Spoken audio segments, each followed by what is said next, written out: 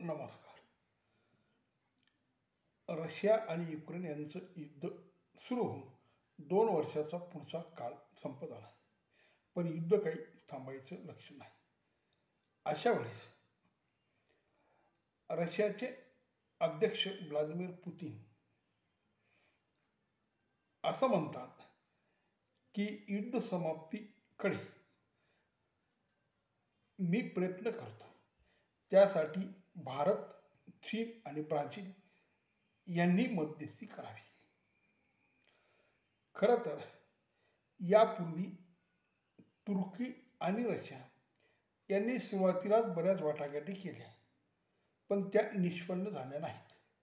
तेव्हा तुर्कीने सांगितलं होतं की रशिया आणि युक्रेन यांनी वाटाघाटी करून युद्ध समाप्त करावं, पण पुढे काही झालं नाही. मध्यंतरी भारत आणि रशिया या दोघा प्रमुखांची भेट झाली. त्यावेळेस नरेंद्र मोदी यांनी सांगितलं की युद्धाची ही वेळ नव्हे. त्यालाही बरेच दिवस झाले. त्यानंतर मध्यंतरी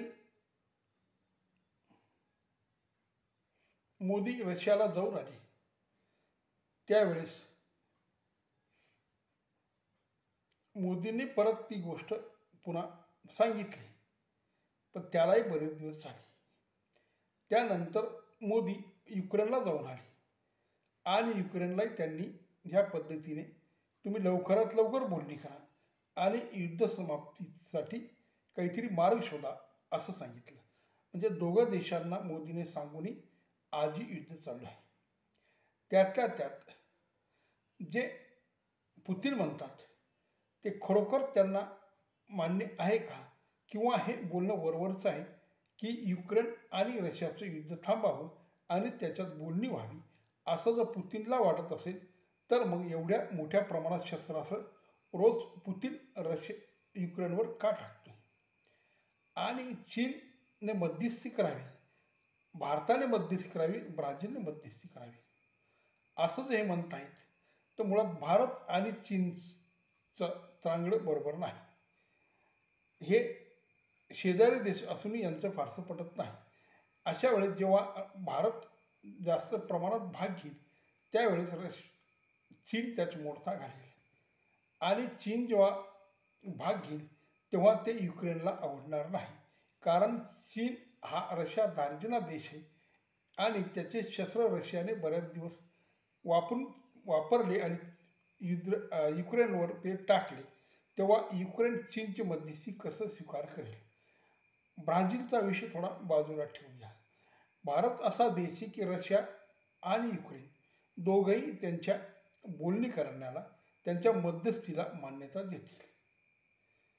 पण हे खरोखर घडावं अशी पुतीनची तरी इच्छा आहे का? का मग इतके दिवस जो पुतीन मोठ्या प्रमाणात युक्रेनचा बेचिराग करायला निघाला होता, त्याचे भूभाग तोडून अर्धा पूर्वीकडील युक्रेन घशात घालण्याचा जो प्रयत्न पुतीनचा चालू होता, तो प्रयत्न कुठेतरी डळमळीत होतोय असं त्याला वाटल्यामुळे, कारण कुर्क ह्या रशियाच्या प्रदेशात युक्रेनने मोठ्या प्रमाणात आक्रमण केलं आणि तो फार मोठा प्रदेश त्यांनी ताब्यात घेतला आणि तिथून जवळच रशियाची राजधानी मॉस्को असल्यामुळे एक दिवस युक्रेन मॉस्कोपर्यंत पोचायला चुकणार नाही.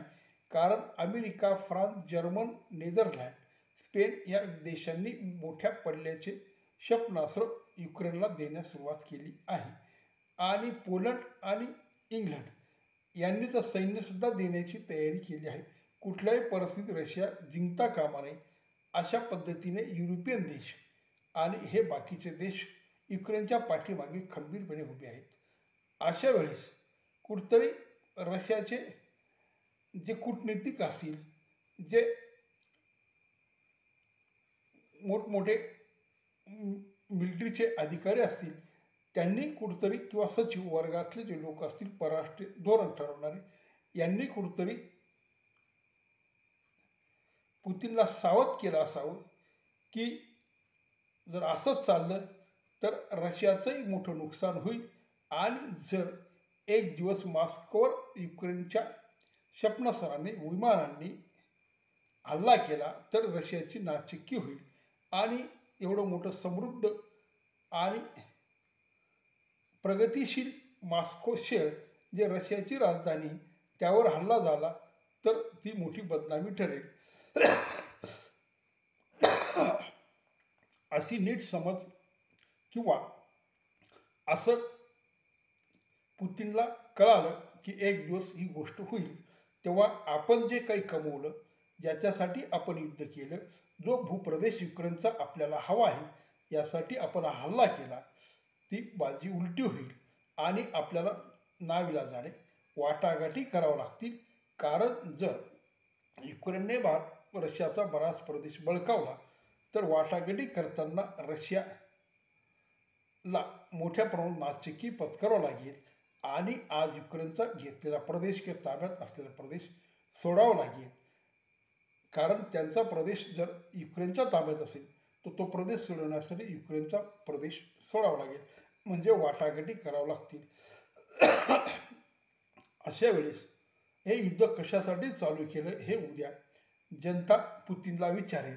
मग पुतीन या गोष्टीमधून कसं काय बाहेर पडतील आणि त्यांचं जे आज राजकारण आहे, त्यांची जी आज प्रतिमा आहे, रशियामध्ये जे 20-25 वर्षापासून त्यांनी पूर्ण रशिया आपल्या अंडर घेतलेला आहे, असा रशिया पुतीनचं पुढे कितपत ऐकेल आणि त्याची सत्ता तरी त्या देशावर राहील का, हा मोठा प्रश्न निर्माण झालेला वाटतो.